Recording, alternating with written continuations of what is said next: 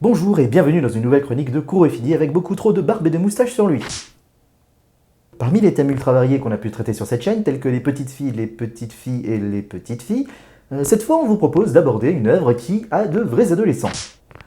Oui, mais tu sais très bien que l'apparence prime avant l'âge des personnages dans ce genre de dessin. Et justement, la question de l'âge sera assez primordiale aujourd'hui, car si vous ne connaissez pas, on va parler de Lovely Complex.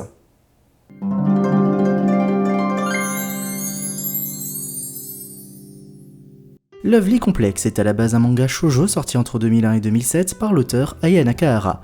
Et non, je ne ferai pas cette blague Kuro. Aya Nakahara, je disais donc, qui est à l'origine de beaucoup de titres différents, tels que Courage Nako, Please Love Me ou sa dernière œuvre en cours depuis cette année, Otona Najimi.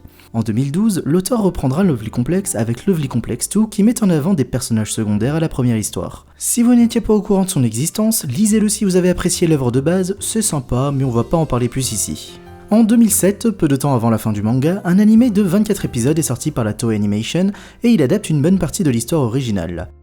Et petit truc rigolo, à la fin du dernier tome, l'auteur nous accorde quelques pages spéciales en mode making of de l'animé, où les personnages nous présentent le casting principal ainsi que d'autres membres importants de l'équipe, tels que le réalisateur Konosuke Uda, qui a aussi réalisé les 278 premiers épisodes d'un certain animé aussi issu de la Toei, qui a son petit nom en France. Vous pouvez retrouver l'intégrale française de Lovely Complex en 17 tomes aux éditions Delcourt, mais bien sûr si vous préférez lire des mangas plutôt que de visionner des animés.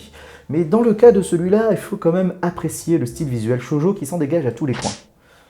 Ouais, c'est à peu près ça, avec des bichots beaucoup plus travaillés que Mayer, mais vous voyez ce que je voulais dire. L'histoire débute directement sur une blague de notre protagoniste féminin du nom de Koizumi Risa.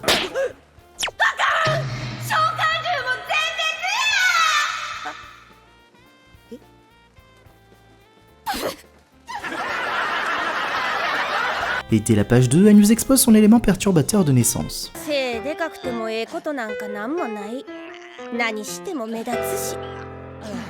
Et seulement une scène après, elle nous expose aussi son but actuel.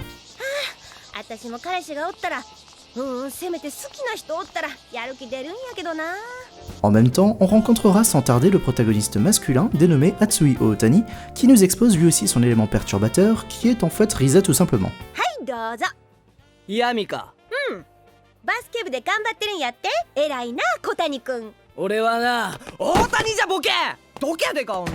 Alors d'habitude, je vous spoil comme un gros bâtard tout l'épisode 1 en faisant des blagues dessus. Mais là, alors qu'on en est qu'à la 10e page du manga et à moins de 5 minutes de l'animé, opening compris, je vous ai déjà plus ou moins tout dit concernant le synopsis. Et c'est pareil sur le résumé de la 4e de couverture du premier tome. Donc ouais, à partir de là, je vous ai déjà tout présenté depuis le début. Et bien entendu, c'est un shoujo et vous avez déjà compris la direction dans laquelle l'histoire va se tourner.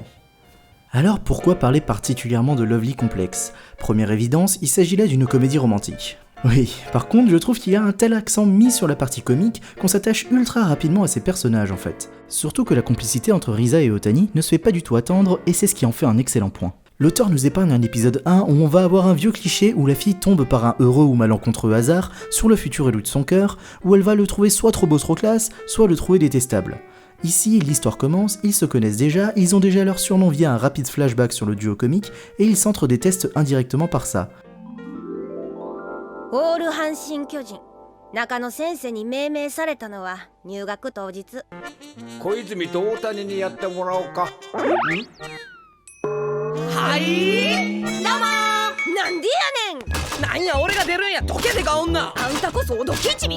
Mais surtout au final, ils s'entendent plutôt bien. Et en fait, ils s'entendent tellement bien qu'on se demande parfois pourquoi ils ne se mettent pas directement ensemble, après on va dire le 3e événement de l'histoire. Surtout qu'en plus, littéralement tous les personnages leur suggèrent de se mettre ensemble. Bien évidemment, c'est le but d'une romance, on sait bien qu'ils vont finir ensemble à un moment ou à un autre, le plus important étant de savoir le développement qui les amèneront à s'accepter ensemble. Mais avant ça, il y a un problème à régler entre les deux, la fille est grande, le garçon est petit. Alors ça peut paraître con sur le papier, mais en réalité, c'est un véritable problème sociétal. Réfléchissez 2 secondes à votre entourage ou tapez tout simplement couple dans la partie image de votre moteur de recherche, il y a un constat général, le garçon est majoritairement plus grand que la fille. En même temps, c'est entre guillemets normal que ce soit comme ça, vu que, sans rentrer dans les détails, les hommes sont en moyenne plus grands que les femmes. Alors pourquoi est-ce que ça pose un problème, me direz-vous ? Vous pouvez demander à un garçon si ça le dérange d'être avec une fille plus grande ou à une fille d'être avec un garçon plus petit, même si on vous répond que ça ne dérange pas, il y a de très fortes chances qu'on vous dise que ça serait bizarre. Et notre histoire n'y déroge pas non plus. Au départ, ça semblera socialement impossible pour nos héros de sortir avec le sexe opposé plus grand ou plus petit dans chacun des cas. Mais bien sûr, c'est une histoire d'amour où le but c'est de s'accepter soi-même pour accepter la différence avec l'autre, et on sait tous qu'ils vont finir ensemble. Alors tu peux pas vraiment me reprocher ça pour une pure comédie romantique, mais par contre, là où je vais vraiment spoiler, mais qui peut être quand même un argument pour que les gens se lancent dedans, c'est que certes, ils finissent ensemble, mais bien avant la fin de la série. Environ aux 3/4 de l'anime et par une certaine différence subtile dans la couverture d'un tome du manga, en effet, nos héros finissent en couple et ce n'est donc pas la finalité de l'histoire. Alors je ne suis absolument pas un expert en shoujo ou grosse romance pure en général dans les mangas et animés, mais je ne pense pas qu'il soit faux de dire que ce genre d'histoire s'arrête majoritairement peu de temps après que le couple se soit officiellement formé en mode « ils vécurent heureux et n'eurent qu'un générique de fin ». Et à défaut de déjà beaucoup apprécier les personnages, Lovely Complex nous offre grâce à ça une vision que je pense peu représentée dans les romances en général. Que se passe-t-il dans un couple de ce genre une fois ensemble ? Et je vais simplement me contenter de vous dire que c'est cool. À part dans le manga avec l'arc du grand-père de Risa, qui en fait un peu trop juste pour allonger l'histoire, mais voilà, globalement, rajouter du post-mise en couple est vraiment super plaisant à voir. Surtout que le duo est déjà ultra comique de base, alors une fois passé la barrière de la simple amitié, une nouvelle panoplie de situations comiques se dévoile, et tout ça ne fait que propulser Risa et Otani dans le top des meilleurs couples fictifs. Mais laissons un peu de côté notre couple principal pour parler un peu des personnes qui gravitent autour d'eux. Au nombre de 6 pour le noyau dur et allant jusqu'à 10 dans une moindre mesure, l'histoire ajoute au fur et à mesure de nouveaux personnages clés qui feront accélérer plus ou moins rapidement la relation amoureuse de nos héros. Surtout que, même après ce qu'on pourrait appeler chaque arc de ces persos secondaires, tout ce beau monde aura toujours des interactions ponctuelles et rarement anodines. L'auteur ne délaisse pas cette catégorie de personnages, et ce même si on sent bien qu'ils sont le plus souvent en petit ou second plan dans le manga, pour laisser vraiment au premier plan Risa et Otani. Donc voilà, je pense vous avoir déjà dit tout ce que j'avais à dire concernant l'histoire. Mais maintenant, si vous vous lanciez dedans, est-ce que ça serait plutôt manga ou animé, ou bien les deux ? Perso, je suis tombé dessus par hasard en animé en cherchant du school et slice of life, puis plus tard je suis tombé sur le manga, surtout parce que je voulais voir la suite et la fin.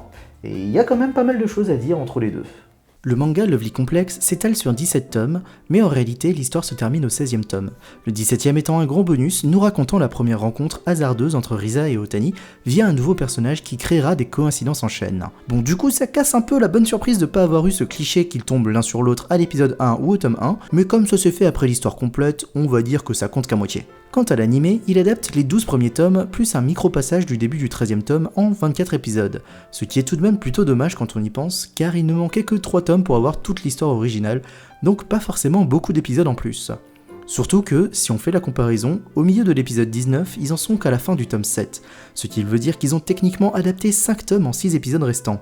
Ce qui est quand même vachement court, mais au final, même s'ils n'ont forcément pas tout adapté, l'anime s'en sort plutôt bien niveau rythme. Je dirais même qu'il est meilleur à plusieurs moments, notamment humoristiques.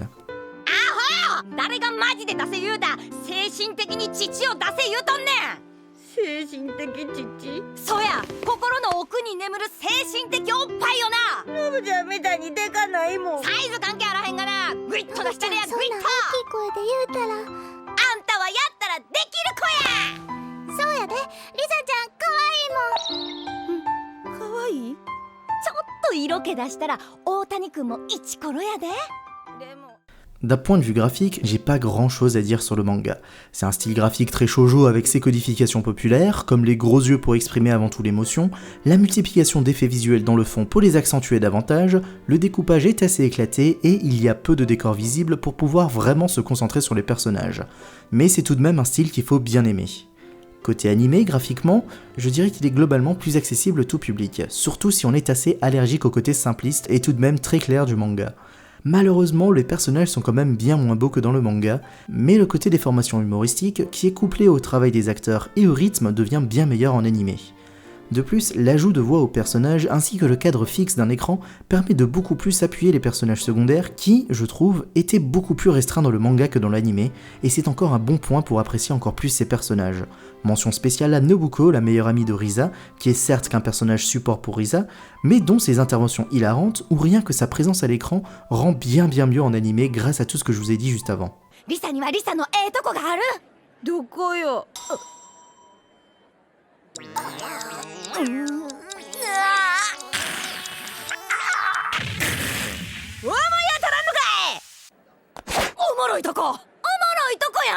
Et en fait, plus j'avançais dans l'écriture de cette chronique en revisionnant et en relisant des passages entre chaque support, plus je me rendais compte qu'il y avait des petits remaniements, de nouvelles scènes, des suppressions volontaires, et tout ça, ça fait qu'au final, c'est globalement la même chose, mais c'est quand même différent, tout en gardant la même cohérence. Et si tu as vu les deux, tu ressens à peine cette différence, ce qui est très subtil et vraiment très très bien joué de la part de l'adaptation. Je finirai sur l'anime en vous parlant très rapidement de la musique, composée par Hironosuke Sato, et qui, étrangement, Lovely Complex est le seul anime pour lequel il a composé. J'ai pas énormément de choses à dire dessus, l'OST est globalement bonne, elle rythme plutôt bien les scènes, et les morceaux sont très expressifs pour chaque thème de personnage. La musique que je passe actuellement, Dry Tears, étant sans doute la plus représentative de l'anime, car elle arrivera le plus souvent pour souligner le drame amoureux. Bon ok, j'ai envie de faire une courte analyse personnelle de cette chanson dans sa version CD. Quelques mesures après le début de la musique, on pourra entendre une caisse claire solo.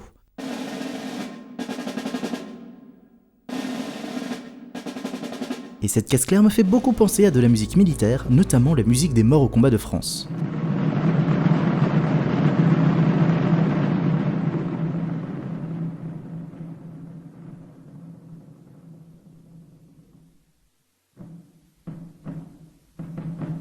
Je sais pas vous, mais moi je trouve ça assez drôle d'imaginer ça, parce que je pense que cette caisse claire est là pour marquer un temps de pause type abandon ou reddition pour accentuer le drame en cours.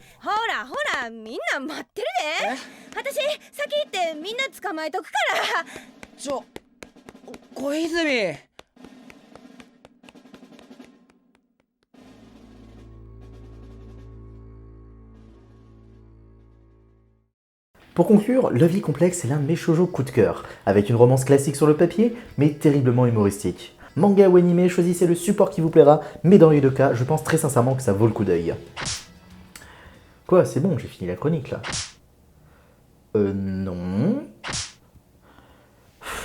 Je suis vraiment obligé. Ouais, c'est vrai. Bon, tu me laisses pas trop le choix non plus là. Est-ce que vous étiez au courant qu'il existe un film live-action, Lovely Complex? Lovely Complex en live-action est sorti en 2006, soit un an avant les diffusions de l'anime, et il a été produit par la TFC. Le film s'ouvre sur un texte dicté en anglais par l'acteur qui joue lui, qui s'appelle Mighty et qui est prof d'anglais.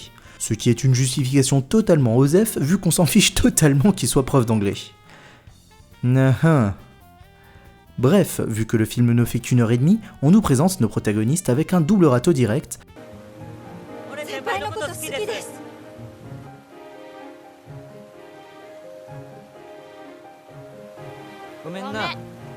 Et là, il y a déjà un problème.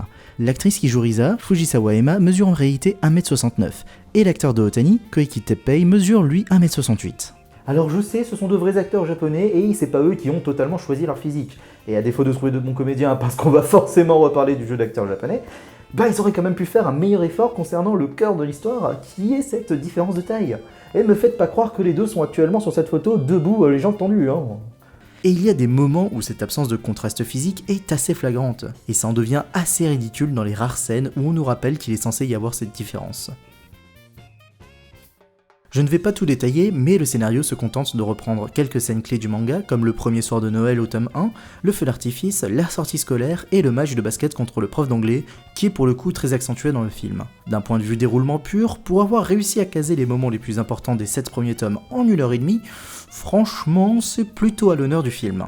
Et on va en parler tout de suite, il y a un truc qui me gêne vraiment dans ce film, c'est le jeu d'acteur qui fait que t'es obligé de prendre ça au 3e degré si tu veux espérer apprécier correctement. Alors je vais essayer d'être avec le plus de bonne foi possible. Les personnages sont globalement ce qui devrait être psychologiquement parlant. Risa et Otani, c'est ok, ils sont foufous, s'engueulent quand ils doivent s'engueuler, mais encore une fois, le surjeu rend les situations, en 3e degré. Le couple meilleur ami, Nakao et Nobuko par contre, c'est juste horrible d'un point de vue visuel. On passe d'un couple collé l'un à l'autre tout mignon mais somme toute assez simple, dans le film... Bon, je vais critiquer la mode de 2006 parce que c'était apparemment le code vestimentaire des ados de l'époque pour ce film, mais là je trouve ça juste horrible en fait. Si ces deux-là sont un poil plus réservés côté jeu, ils se sont totalement lâchés sur la garde-robe. C'est certes qu'une question de goût, mais là j'ai juste envie de dire « Mon dieu, vous avez fait quoi au personnage que j'ai aimé ?» L'autre couple, Chihiro et Tanaka, est globalement bien représenté, je dirais, même s'ils font plus acte de présence qu'autre chose ici. Par contre, on a ajouté un côté pervers inutile chez Tanaka qui détruit totalement la crédibilité de son personnage d'origine.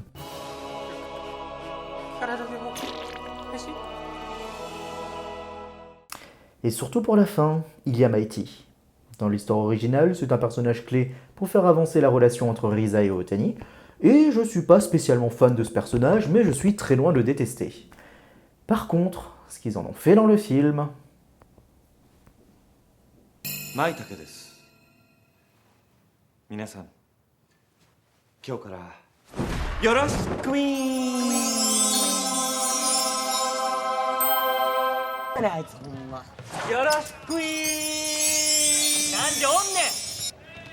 Bref, je vais pas m'étaler plus sur ce choix entre guillemets japonais qui dit de trop en faire dans une adaptation, car c'est même pas le pire en plus. Parce que là je vous ai juste parlé des persos récurrents du manga. À côté, je vais en rajouter deux autres qui n'existent pas à l'origine, la sœur de Risa qui ne sert qu'à faire un running gag avec une émission de télé, et le prof principal du groupe qui possède du temps à l'écran pour les scènes les plus inutilement what the fuck du film.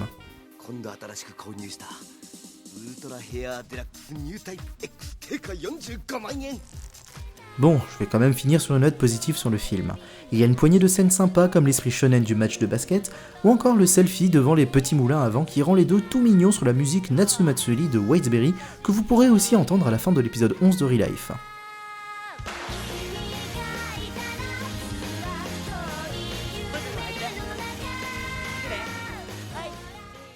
Pour conclure pour de vrai cette fois, dans le peu de shoujo que je suis capable de vous recommander, allez voir Lovely Complex. Manga ou animé, c'est vous qui choisissez, les deux sont à peu près équivalents avec leurs subtiles différences. Si vous voulez voir le film, c'est votre choix aussi, je vous l'ai présenté à ma manière, mais si vous le faites, regardez quand même l'un des deux autres avant ça. Sur ce, c'est la fin de cette 13e chronique, on espère qu'elle vous aura plu, partagez si vous avez aimé, mettez un pouce bleu si ça vous chante, et surtout, abonnez-vous si vous êtes patient. Merci d'être resté jusqu'au bout, et Kuro et moi on vous dit Yoroshikui! S'il te plaît, un fondu au noir, Kuro. Un peu plus vite que ça.